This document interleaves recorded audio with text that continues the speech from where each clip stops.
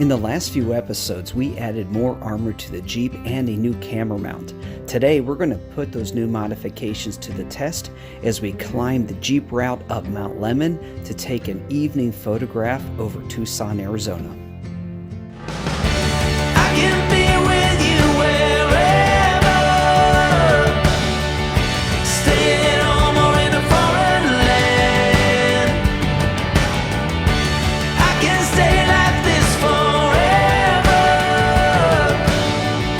'cause I got the world in my hand. Hey guys, welcome to the channel. You guys recognize my dad. He's back for another adventure. So what we're doing today is we're testing out, or hopefully we won't have to test out those skid plates we put on yesterday. We are heading up Mount Lemmon, and what Dad doesn't know is I have a surprise in store for him in a couple of miles. Oh boy. Let's do this.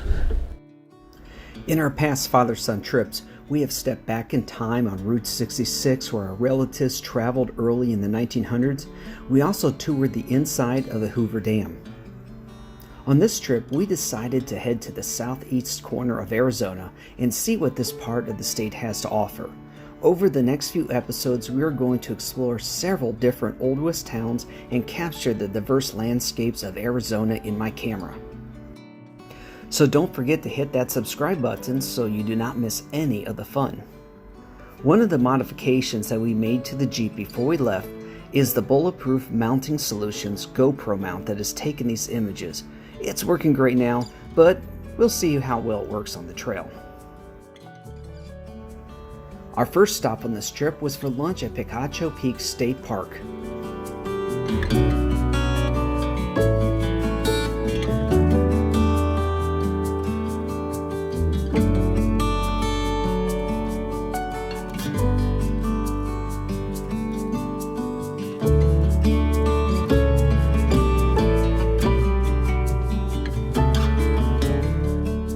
Next, we cut across country to the starting point of the Jeep Trail up Mount Lemmon in Oracle, Arizona, home to Biosphere 2.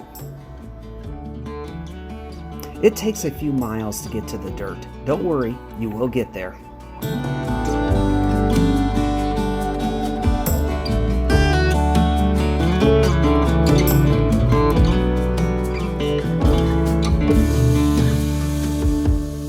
So far, the GoPro stabilization is giving us a great perspective of how bumpy the trail is by looking at the Jeep's hood, but keeping the landscape remarkably stable.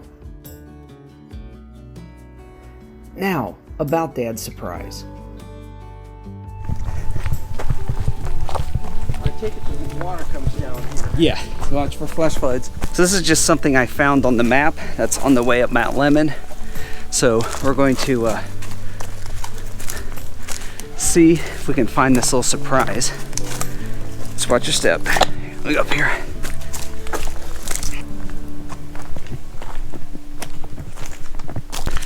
Problem is finding the entrance. Yeah, hang on. So I can tell that the ground is still well walked on, so we should be heading the right way.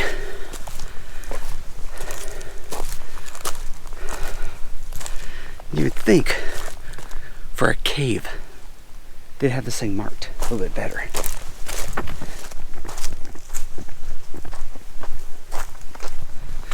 Well, we were trying to find Pepper Sauce Cave, and we know we're in the right area. We just can't find the entrance. It's too tight in there. Yeah, I couldn't find the other entrance.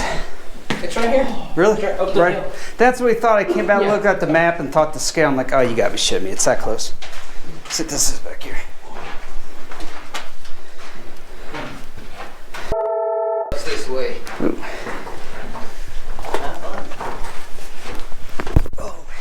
Oh yeah, it's way too tight.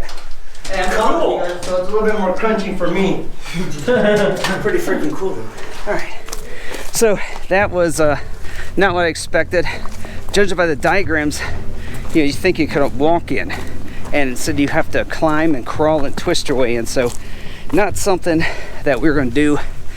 I was hoping to take a picture of the those underground lakes with the flashlight going and everything, and maybe put it in the water to light them up, but Not going to happen this trip. We're not prepared to go spelunking like that. So we're going to continue on our way up Mount Lemmon. Coming, Dad? Well, I can mark Pepper Sauce Caverns off. It's nothing big. Yeah. But I mean, at least not what I saw. But I like to try and go in the other entrance. But definitely need to be better clothed and better armored.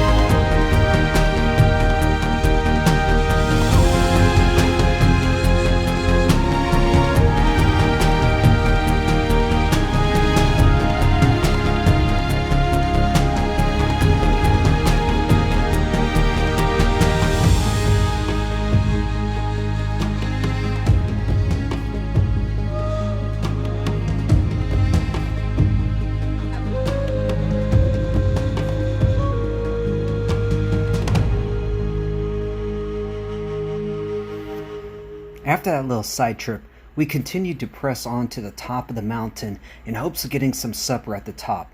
At first, we were not gaining much altitude. Once the climb started, the drop-offs increased and the road continued to get a bit rougher.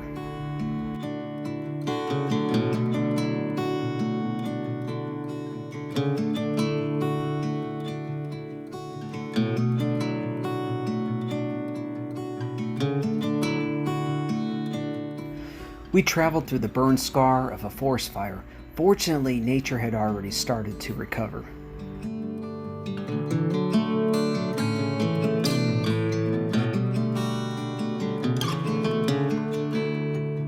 With altitude, we moved into the ponderosa pine, the fern forest, and finally the spruce forest at the top.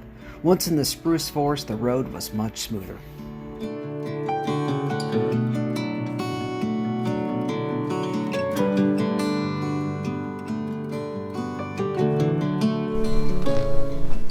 Oh wow! Got the last of the daylight. That's the daylight. Yep. That is so cool. Whew, it's chilly up here. So I think I see a quick shot I can get up here. Don't really have time to set up anything on the tripod. The sunlight's about to drop below the horizon, but I think I might have a shot here. All right, so there's a little color out there.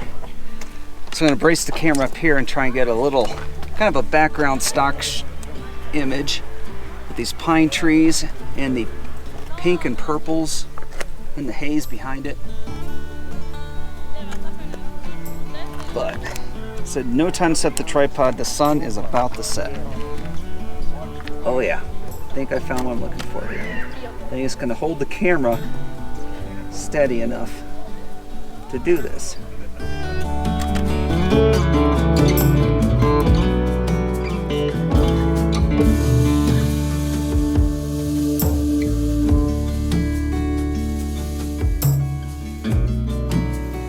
Unfortunately, the two restaurants in Summerhaven were already closed, so we decided to head down the mountain into Tucson for the night. As we drove down the road, we realized that an epic Arizona sunset was in progress. We did our best to make it out of the forest so we could photograph the sun setting over Tucson. Alright guys, we're going to try and capture the last light of the evening over Tucson. So we got a lot of dynamic range happening here right now with the bright sky and then this dark area down here that still has some light on it. So I'm doing a HDR image right now doing bracketing so that I can try and capture as much of this image as I can. Absolutely beautiful out here. With the light rapidly diminishing, I focused my efforts on first capturing the sky with the elements of the mountain in the foreground.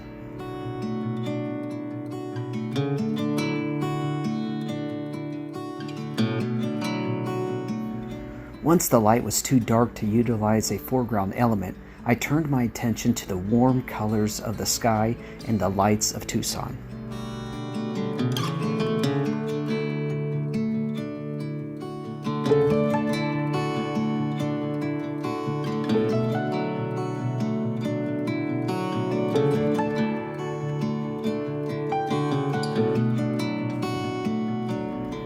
That is it for the night.